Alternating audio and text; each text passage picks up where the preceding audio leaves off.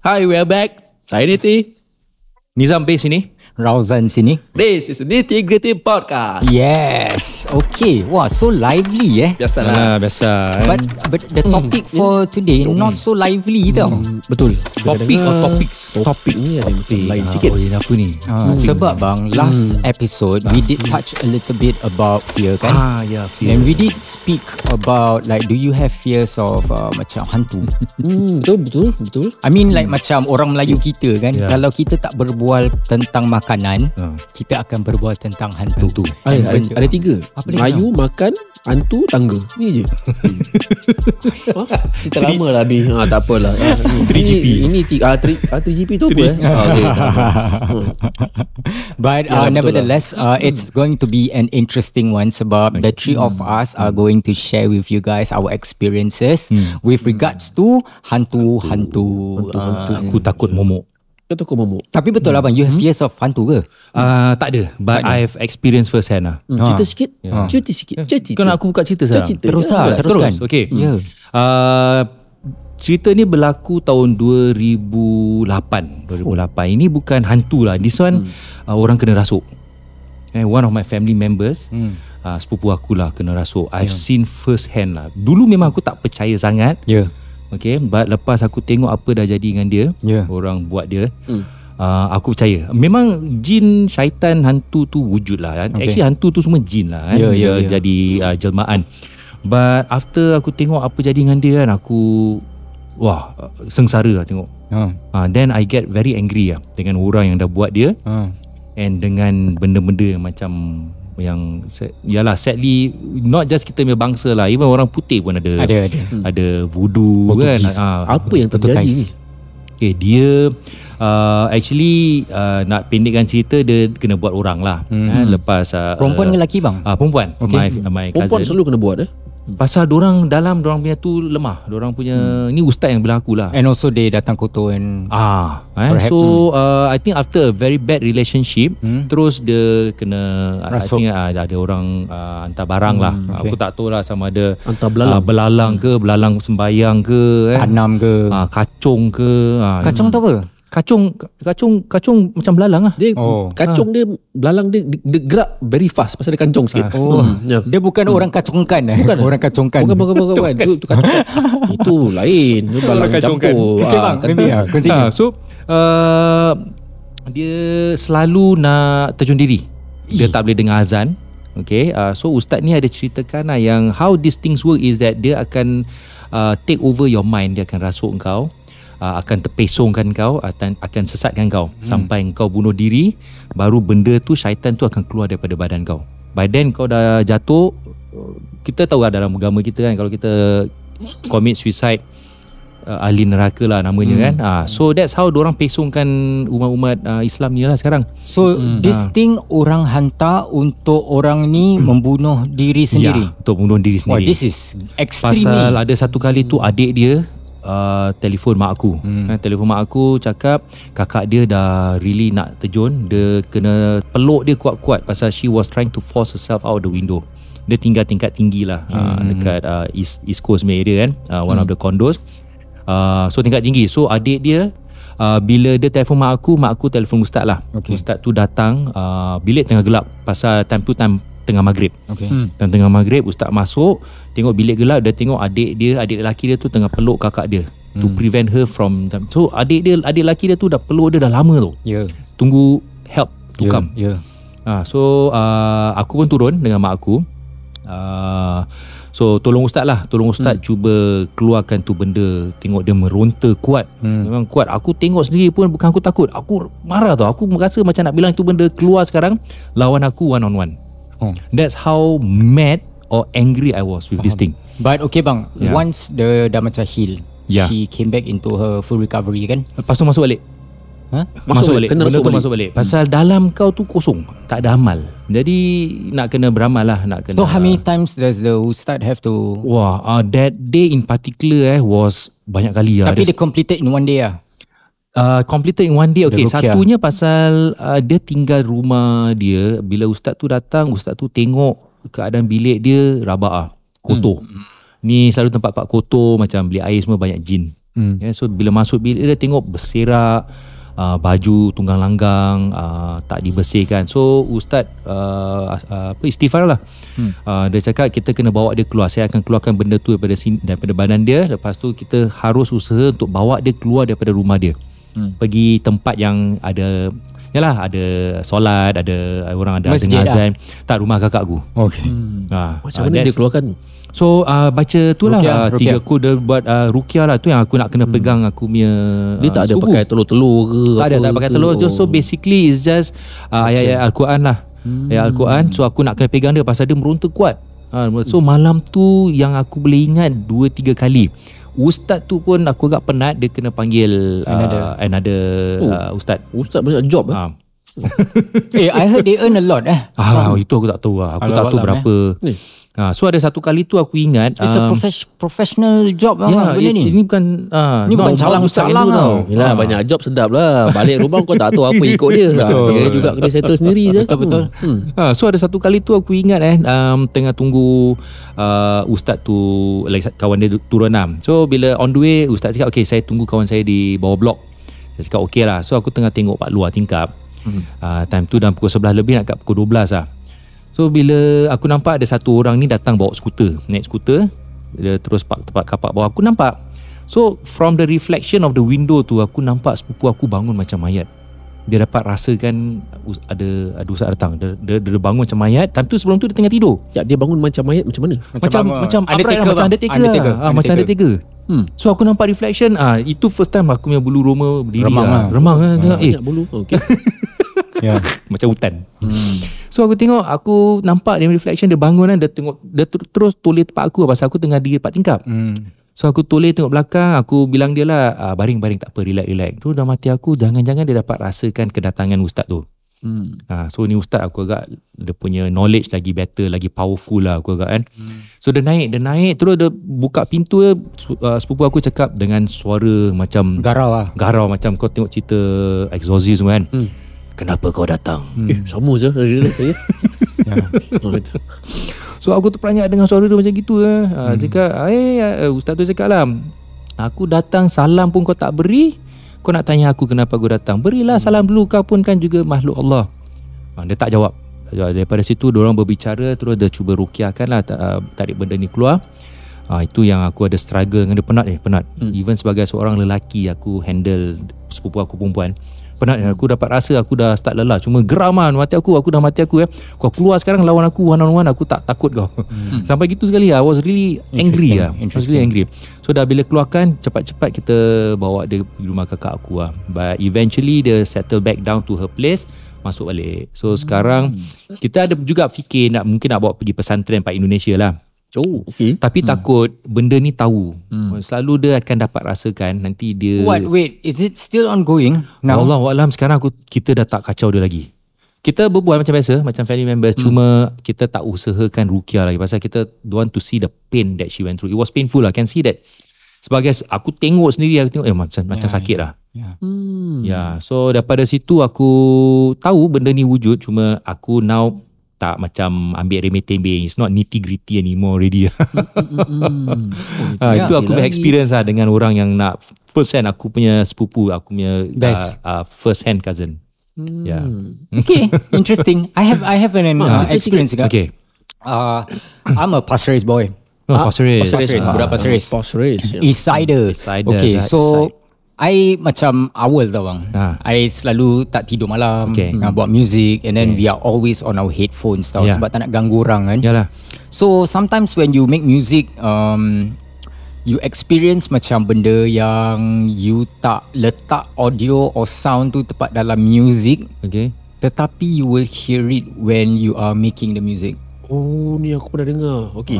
So most sound engineers yang suka kerja malam ataupun I don't know lah, maybe sebab kita penat aja kan. Benda ni you cannot explain. But for me, I took it positively sebab Razan rasa macam alah penat lah tu pasal fatigue, fatigue dan benda ni. But sometimes you will hear macam orang ketawa. Sometimes you will hear macam budak-budak berbual. But your kids semua tak ada lah, like masa itu I belum kahwin bang. Oh, okay. Zaman Pasir Ris I was still like what 14, 18, that sort lah. So there was one point of time I lagi buat lagu ni. Okay. Buat lagu for Starhub tak salah, for S-League. Okay. So when I was producing the music, there was this sound yang mana ada aku letak lagu ni? Ataupun bunyi macam kakak lagi ketawa from a very far away. Okay. So when I was making music, kalau untuk bola takkan nak letak orang ketawa kan. So I hear it very clearly, and I was like macam seram juga. And I tak tahu dah pukul berapa, but should be like macam the wee hours. Lepas saya dengar je, I terus tutup my system, terus tidur bang. Sekejap, ni yang kau dengar kakak ni ketawa dalam recording ke? Dalam headphone. Dalam headphone. So the music dah buat lah. Like the music while I was making the music. Okay. Like I was adding this sound, that sound, but I don't remember adding a laughter dari kakak or dari seorang wanita in the background. Okay. So when I heard it, like macam I dah takut, bulu roma dah remang. Tidur sudah Joy. I terus tidur bang. Tak kena kacau Tak kena kacau. But that was one experience. If I may, just a short one. Boleh. Go. The other one is Pasir Ris juga bang. Okay. So my room, my father helped me to turn it into a recording studio. Okay. So ada recording booth, ada macam tempat mixer, all that kan. Then we lay a sofa. Okay. So I don't have a bedroom for me to sleep. Okay, that's your bedroom No, it's not a bedroom So basically it's a studio guys. Okay. So where I sleep or slept was outside at the living room. Okay. So dulu di Pasir Ris, the rumah besar bang Pasir Ris kan, 5 bilik. Rumah lama. Rumah lama besar bang. So at the hall, there was this entrance to the kitchen, and I will always sleep beside the entrance of the kitchen and beside the balcony. Okay. And depan tu television. Okay. So I like to sleep macam facing the kitchen tau macam ni. And when I face the kitchen, ada window kan? Okay. The window you can see like your another block punya punya ni lah building. Tingkap So kita ada tidur. And this one I remember, ni dalam pukul 4 pagi around there. So I lagi baring macam gini, I tengok tau. Then I nampak macam benda apa ni hitam ni. So it was a string of macam not string a bush of black item So I trail it Itu tingkat tinggi Dia tinggi. Okay. So I trail it from, I think it was level 5 or something. Okay. I tengok atas. As I was trailing the thing, dia ada continue dengan kain putih bang. Daripada bawah. Sudah gila bang. So I macam rambut ke ni? It was a rambut abang basically. So dia dah rambut, dia dah white cloth, dia stop tepat one of the house. Dia macam bertinggik tepat orang tu punya kitchen. Rambut dah remang, panjang gila bang. Seram juga tadi. Dia panjang bang, bulu rumah dah naik. Bulu rumah dah naik bang. Okay. So basically I dah trail, tak nampak muka bang. So basically it's just hair and white cloth.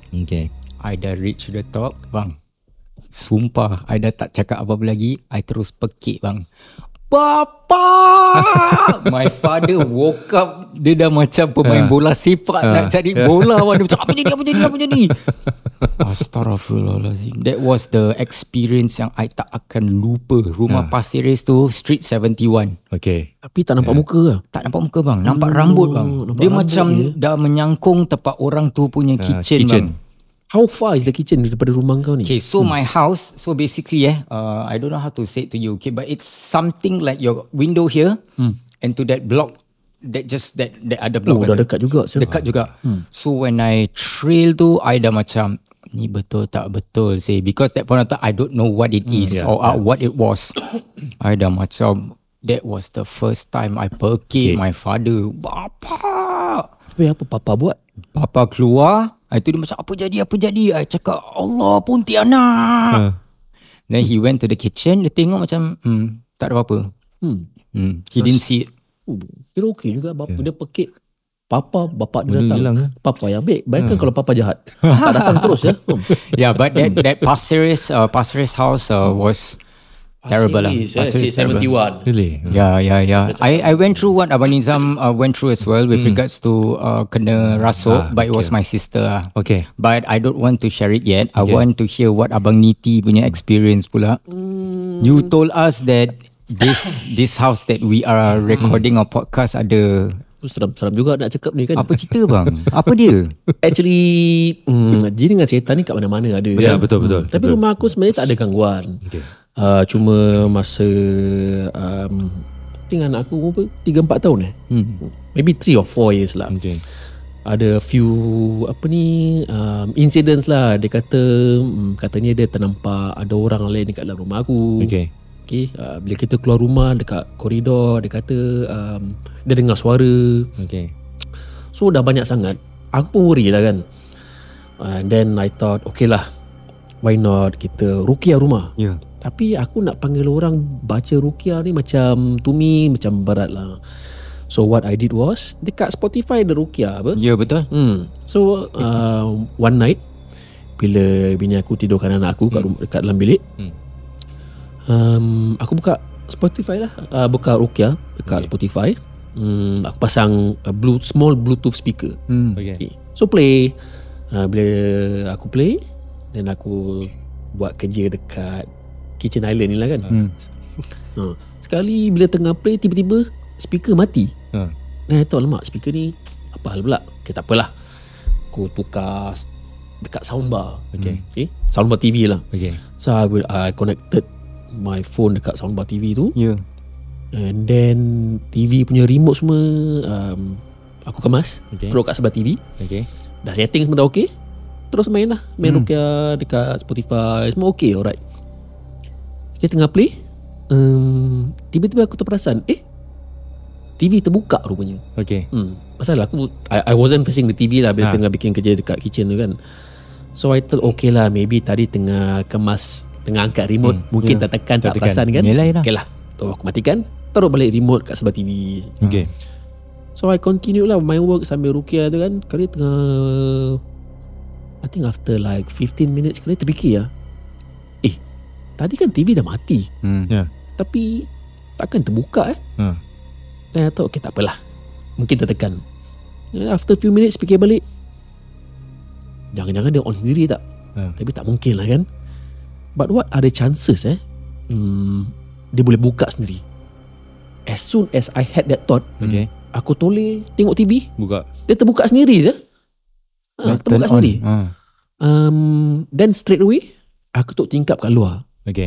Pasal okay lah, maybe kalau orang lain dah terfikir lemak kat rumah ada hantu, memang hantu main TV ke apa kan. But to me, aku tengok kat luar ada macam orang pasang drone ke, orang ada some electric interference ke, signal interference ke. Pasal I thought tak mungkin lah kan. So what I did was I went to the TV. Aku matikan lah TV. Second time. Tu buat kerja balik. Buat kerja balik, kebetulan dekat corner rumah tu ada bola tau, anak aku main bola. Kalau aku fikir, what are the chances itu benda boleh tendang itu bola tu boleh roll sendiri. In the end tak jadi apa-apa. So but other than that kadang-kadang I think lately anak aku ada cakap lah, oh mami, I saw this person entering the wall, come out from the floor. Main-main. Ni betul-betul je. So mula-mula dia cakap main-main, aku cakap ni betul ke tak betul. So kita tanya dia lah, how does this person look like? Sekali dia cakap the person is very tall and then always smiling macam ini. So and then there was once malam, aku kerja malam. Kali bini aku tidur, and dia tak tidur lah, dia tengah main layan Netflix ke apa gitulah kan, biasalah perempuan. So bila tengah lepak, sekali dia terasa macam kat sebelah dia ada orang pegang ke, ada benda lalu ke, ada shadow. Kali bini aku toleh, tengok tak ada apa-apa. So immediately bila dalam bilik bila dia toleh, sekali anak aku kejut bini aku, cakap, mami, why you touch me? Padahal bini aku tak pegang pun dia. So dah tak seram, dah tak cantik kan. So bini aku suggest, why not panggil ustaz ke yang boleh pandai ruqyah, bersihkan rumah. So aku macam ada berat sikit lah pasal kenapa? I went through a lot of this shit Many years back. Macam aku cakap, takut nanti taksub sangat. So as far as possible, aku tak nak panggil orang datang tengok-tengok rumah. Nanti cakap, rumah awak ni kan dekat situ ada benda tu, kat sini ada ni. Engkau panggil ustaz lagi satu, dekat rumah awak ni kan ada 4 hantu, 4 balang ke apalah. Panggil ustaz lagi satu. Actually rumah awak tak ada apa-apa. Kan tak soal leceh kan. So what I did was the following day, bila bini aku dah ceritakan ada what happened, sebelum maghrib aku pergi kat bilik, aku maki saya. Tak cakap balik. Dah terbalik bang. Orang cari orang baca-baca pergi maki. Aku maki using the harshest language. Kau seorang? Aku seorang. Tapi bini aku, diorang tak dengar keluar. Okay. Atas bawah aku cakap dia ni rumah aku. Kau jangan kacau. Kau pergi berambus. Apa lagi macam-macam benda aku buat. After that, alhamdulillah aman. Tenang. Aman. Sometimes nak kena kasih lah bang. A few weeks later, dia kena lagi. Pasal kena dia datang sama balik. The same gangguan lah. Pasal time malam nanti rumah aku main ruqyah lah, yang automatic player tu kan. Sekali one night pasal ada supermoon. So bini aku pergi dekat balcony sana, dekat tingkap. Lepas tu dia tunjukkan anak aku tu ada supermoon. Sekali anak aku dah tengok, okey dah gerik, anak aku masuk. Sekali bini aku dah tengah rekod ke begitulah. Dia tengah check balik dia recording daripada dapur ni kan, nak masuk bilik. Sekali dia dengar orang panggil nama dia. Orang lain. Tu bini aku dah macam beranjak dah, takut kan. Tu dia masuk bilik tapi tak ceritakan aku. So bila dia dah ceritakan, satu kerja lah aku kena maki satu rumah lagi. Aku nak kena cakap, ni rumah aku, kau jangan kacau, gerbang debu. Alhamdulillah settle. Ni lepas korang balik ni kan. Tak tahu nanti dia datang lagi apa ke, dia dengar cerita dah sedap. Nanti aku maki lagi lah. Tapi betul tak kalau orang tua cakap benda-benda gini korang tak boleh sebut. Kalau sebut nanti diorang datang. Tak tahu lah. Aku kalau boleh aku tak nak sebut. Tapi kalau datang nanti aku halau lah balik. Lepas malam-malam kan macam kita relax lepak-lepak, cerita hantu lah. Nanti buat pasal hantu, nanti ada orang cakap jangan cakap pasal cerita hantu, nanti diorang datang. I think like kepercayaan orang lama tu a bit kolot. Tak lah, orang lama kan ada cakap kan bang, tak boleh ketip kuku malam lah, tak boleh buka payung dalam rumah. Lagi diorang cakap, lagi aku buat je. Nak kena cuci kaki tempat luar rumah. Tapi at this day and age macam mana takkan nak letak baldi kat luar rumah. Pasal ketip kuku tu, aku selalu lawan. Aku malam-malam ketip. Aku pun ketip malam ni. Ketip. Cuma yang aku tahu, aku pernah tengok kat TikTok lah. Aku tak berapa tahu ada sahih ke tidak. Kau tak boleh ketip kuku, or rather kau boleh ketip kuku on Monday, Thursday, Friday. I think I saw this one as well. Correct. Dengan sunnah. Sunnah. Interesting. So kadang-kadang kuku dah panjang, tak boleh hari ni hari Minggu. Betul. Tunggu. Betul. Tapi itulah, so far rumah aku aman. Tak ada apa-apa. Okay so lah. What is kepercayaan? What is betul? I think it's all psychology lah. Lagi kau percaya, lagi kau terfikir-fikir, lagi benda tu suka. I just have this feeling that macam apabila orang share their stories kan, the thing that comes into my mind kan bang, macam senang betul sih dia orang ni tengok ataupun jumpa hantu. But it's, to me macam it's not easy tau untuk hantu ni nak menjelma. Kau pernah nampak yang satu tu je lah bang. Kau pernah nampak? Aku pernah nampak. Pasal dulu aku suka pergi kubur. Aku suka Old Changi Hospital dulu. Ini time sekolah semua orang buat ni. I was in service. Lepas kerja pagi kan, habis dah pukul 8, 9 gitu report off. Pergi Old Changi Hospital. Pergi so free you bang. Bawa kereta pergi Pusara Aman. Seorang-seorang? Ada members? Kereta ada members Old Changi Hospital pun ramai. Bini aku one of them time tu belum kahwin. Dia pernah kena kacau balik daripada kubur. Aku ada nampak benda tu belakang kereta lah. So aku keluar lah daripada kubur kan. Ikut benda you balik. Nampak benda tu? Aku macam mana dia punya rupa bang? So it's a white macam okay, mula-mula aku masuk Pusara Aman. Pusara Aman yang tempat Chua Chu Kang kan. Tempat Chua Chu Kang aku masuk. So senang nak masuk sana pasal it's squarish lah. It's blocks. So aku belok kanan. Lepas tu all the way kiri I know I will find the exit out lah kalau apa-apa jadi kan. So ada satu kali tu aku dah masuk, dalam kereta penuh ada 5 orang lah. So dah jalan kan, tu bila each time aku punya habit bila aku drive, bila aku belok I will check my rear view mirror. So that time aku belok, aku ada nampak macam light bulb Light bulb. Tapi macam aku tadi sebelah kanan tak ada lampu tau. So bila aku belok kiri, the right side will become my back. Tengok ni lampu light bulb apa. So buat bodoh aku drive about second ke third gear lah, slow kan. Then aku keep checking my rearview mirror, itu object became bigger and bigger until it became like a straight line of light. So aku tahu this is not normal light bulb or tak ada apa penggali kubur kerja malam-malam ke apa. Aku just shot out from the kubur shot out from the kubur. Bila aku sampai kita pergi mana tu, Jalan Kayu makan. Aku tak nak balik dulu. So bila tengah duduk kat Jalan Kayu tu, my legs were shivering voluntarily. Aku tak tahu kenapa lah. So then they ask me, Zam, kenapa tadi kau keluar daripada kubur? Macam Diorang pun tanya aku lah, asal lah all sudden. So aku bilang diorang lah, dengan diorang. Dan bila balik tu sampai rumah, aku tak masuk rumah dulu, but my wife dia cakap malam tu dia tidur, dia kena tekan. Dia kena ada something baring atas dia or something, dia tak boleh. So dia cakap no more, we don't go already anymore. So from the situ aku stop lah. Talking about kena tekan kan, kena tekan bila tidur kan. You pernah experience tak macam dulu ke apa kan, bila you tidur suddenly you macam tershock macam gitu. Joy. Tu kenapa abang? Cerita tekan aku lagi dalam punya Joy. Serius lah. Serius. Korang tak ada.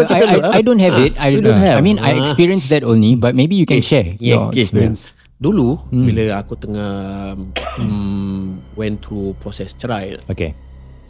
Aku tinggal kat rumah mak aku. Tinggal kat bilik a room lah.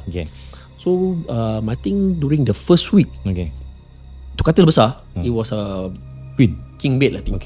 Aku tidur katil tu, aku punya lah, tidur tentang sedap kan. Sekali bila tengah tidur, tiba-tiba macam kena empap tu lah. So bila kena empap, aku try buka mata aku, dapat buka sikit je. Dekat atas, depan muka aku ni tengah baring ni, dekat atas ceiling, ada benda putih, ada kepala, ada rambut besar, tengah gini saya directly betul kat muka aku. Dia macam Mission Impossible dia, macam tergantung macam itu lah. Tapi cuma dia bukan Tom Cruise, dia Pontianak saya. You nampak muka dia ke bang? Nampak. Muka dia gelap. So bila aku ternampak, buka sikit ternampak, tutup balik lah. Tutup balik, masih kena timpa tu kan. Buka balik, dah tukar benda je. Jadi Tom Cruise senang cakap pocong lah. Tapi pocong Gula-gula. Tak mau cakap semua, tak boleh sebut nama, nanti dia marah. So gula-gula ni tapi muka dia buka lah. So muka dia macam mana tahu, macam kalau korang tengok dekat pokok kan, kulit pokok tu kan ada macam texture macam itu, very dark, very dark, cadar reput gitu. Aku tutup balik, buka balik, terus dia hilang. Tu part kena timpa lah. Cerita kena timpa ni banyak. Ni bukan gula-gula hack, ni gula-gula siang je. Betul. I mean like I heard stories from this is during my camp days kan. Tracom. Lama Tracom. The old one or the new one? The new one. The new one. So basically one of my friends kan bang, dia demam panas tau bang. So I did not experience this, but I heard it from another bangmate lah. So one of our friend who is sleeping nearer to the window kan bang, nearer to the window, dia demam panas gila at that point of time, and then dia tak boleh buat all the activities during the day. So dia terlintar je lah tempat atas katil tu baring. So that night when the lights out, 2359 lights out kan, dulu lah kan. So we all went to bed. So one of the buddy yang tidur sebelah dia tu, dia rasa macam ada seseorang tu duduk di katil yang orang yang sakit tu. What that person was doing, or that shadow was doing, was actually macam pegang-pegang dia macam gitu bang. Stroking. Which part dia stroke? Macam badan dia badan lah. Dia stroke badan dia macam nak baikkan orang tu lah. Macam nak baikkan lah. Because the following day budak tu recover bang, fully fit. And dia not that sort yang chowking punya. Dia macam gung ho punya, macam sakit confirm genuine punya. Sebab kita won the best drill awards lah. Macam kita punya drill sui-sui nya. So he was one of the person yang macam really into it lah. So we witness, or I mean not witness lah, they went through that kind of experience, which I find it macam You know, like macam wah, this is amazing lah kan. Ada orang akan datang and make sure you recover. But last time you dah pernah dengar cerita siapa tak tidur malam nanti ada nenek dan cucu ni datang. Itu I heard from old PA. Because my training was at old PA Pak Thompson. Betul lah bang benda ni. I'm not sure, kita tak pernah nampak, but in my bunk dulu in old PA kan ada nampak bayang wanita lah, kelibat wanita dengan budak kecil. Bayang. Nanti siapa tak tidur nanti dia datang, nenek ini belum tidur. Bang tu scary. Itu I've heard since old PA. Ni bukan bayangan gurauan Ni bukan bayang ni. Bang, but that is scary bang. Yeah. You know, like to experience and to hear. Macam ni training camp memang banyak lah. Training camp aku ada cerik dulu, kita punya night punya snack. Cerik jatuh without being pushed kadang-kadang malam-malam. Banyak. And then I heard like something similar to what Abang Niti punya story at the new Tracom as well. Budak ni tak tidur. And then bila dia buka mata, dia tak nampak muka tau bang. Dia nampak kaki terapung atas muka dia bang. Kaki standing on top of him. That is ridiculous. That is scary. You buka mata, you nampak orang berdiri atas kejadah bang. Tapi itulah korang pernah nampak. Aku so far alhamdulillah aku tempat old PA memang banyak nampak. Pasal aku suka keluar malam, pakai telefon call mati aku lah dulu. Aduh, lover boy ni leceh lah. Lover boy. So bila aku balik kan, kadang-kadang pakai baju hitam, pergi blok sebelah, pergi buat phone call kan. Kadang-kadang on the way balik nanti nampak ada bertinggik tempat atas bang ke, bertinggik atas pokok. Old PA banyak. Itu diorang nak buat HB flat tu nanti.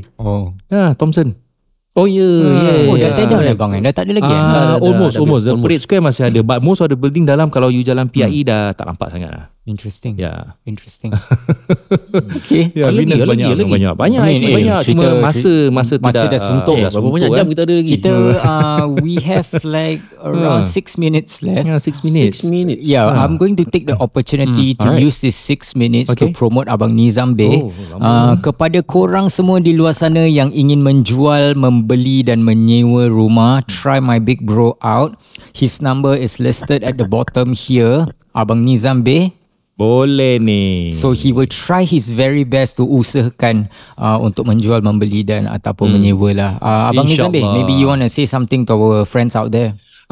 Jangan segan, jangan silu. Just give me a call. Tak beli pun tak apa, tak jual pun tak apa. Just hear me out. I will give you the best possible options, insyaAllah. And I work together with you to make sure that your end goal, your objectives, and remember this is a big amount of money.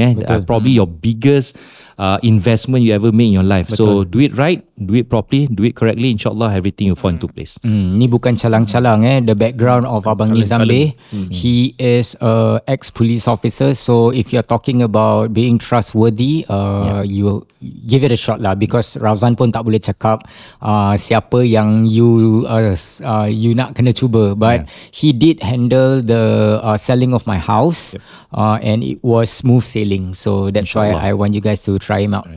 So katakanlah kalau rumah aku ni ada hantu, aku bilang kau, Zam, tolong jual ke rumah aku.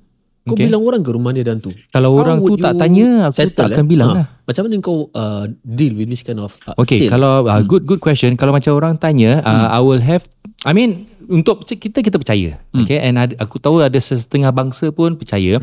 Tetapi if the selling price, the selling point outweighs that small little I'll probably say problem, people will still buy. Some of them, especially the younger generation, tak percaya ini benda semua. Tapi kalau orang Islam tak percaya, tak boleh. Mana boleh.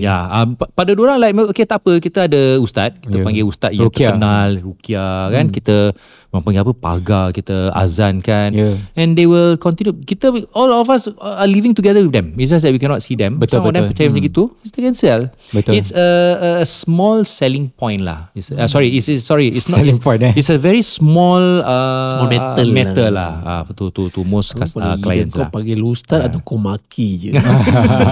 Kalau you macam Abang Niti, tested and proven, maki je. Berani ya. Lepas tu lain benda korang settle sendiri ya. Pasal aku ada satu kawan, dia pernah kena dekat rumah dia lah. Dia kata ada macam gangguan, tiba-tiba ada bau tak sedap gitulah. Kali dia kata macam ada bau pasir kat kubur ke gitulah. Macam mana tu bang? Pasir pacai. Tak tahulah. Lepas tu dia dengar macam ada orang, macam ada benda. Orang buang dia punya wardrobe ke apa gitu lah. Dia pun apa lagi, dia cakap kau tak boleh something like kau tak boleh kacau aku punya darjat lagi tinggi daripada kau. Kau baik kau keluar daripada rumah aku. Sekali dia cakap benda tu bang lah dia punya rumah. Bam. Dia pun apa lagi, cabut ya. Aku tak sebut nama dia. Aku kalau sebut nama dia kau tahu siapa ke? Maybe our friends out there, kalau korang ada experiences do leave your comments at the comment section below. We would like to know, because benda hantu ni Casey pun dah buat berapa tahun tak akan henti. So we would like to hear from you as well. You can follow us on our social media as well. IG, Abang Nizam, what's your IG? Nizambe Siven. Abang Niti pula? Westmeril _ Okay. Kenapa Westmeril _ ni? Okay, bagus. Ni pun cerita hantu juga ni. Ni cerita hantu dah. Keep it short bang, keep it short. Dulu Instagram account aku pernah kena hack, and then someone change it to Westmeril. So aku try to recover the account, tak dapat saja. So in the end I set up a new account. Then I thought, nak buat apa, taruh Niti Sastra taruhlah Westmeril. Melekat sampai sekarang. So orang fikir ni betul ke akaun aku kena hack? Tapi memang betul, dulu akaun aku kena hack. Sekarang Alhamdulillah. That's interesting. That's an interesting story. And you can follow me as well, Rauzan Rahman. I hope that you guys enjoy today's episode. And kalau korang suka dengan konten yang abang-abang ni dengan Rauzan juga kita share with you guys, do share it with your friends as well, because we would like to grow the channel as well. Definitely. Share, kongsi-kongsi dengan bapak-bapak, dengan adik saudara semua kan. Kalau ada kakak-kakak ke lawak-lawak, share. InsyaAllah. InsyaAllah. Okay, Abang Niti, you can do the closing for us. The end. Kasih kriptik sikit lah kan. The end of the Nitty Gritty podcast. Until the next episode. Abang Nizam, you want to say anything? Nope. Okay. Just keep on following us. Keep growing. Yeah. Okay. Thank you so much. Thank you. Bye-bye. Bye-bye.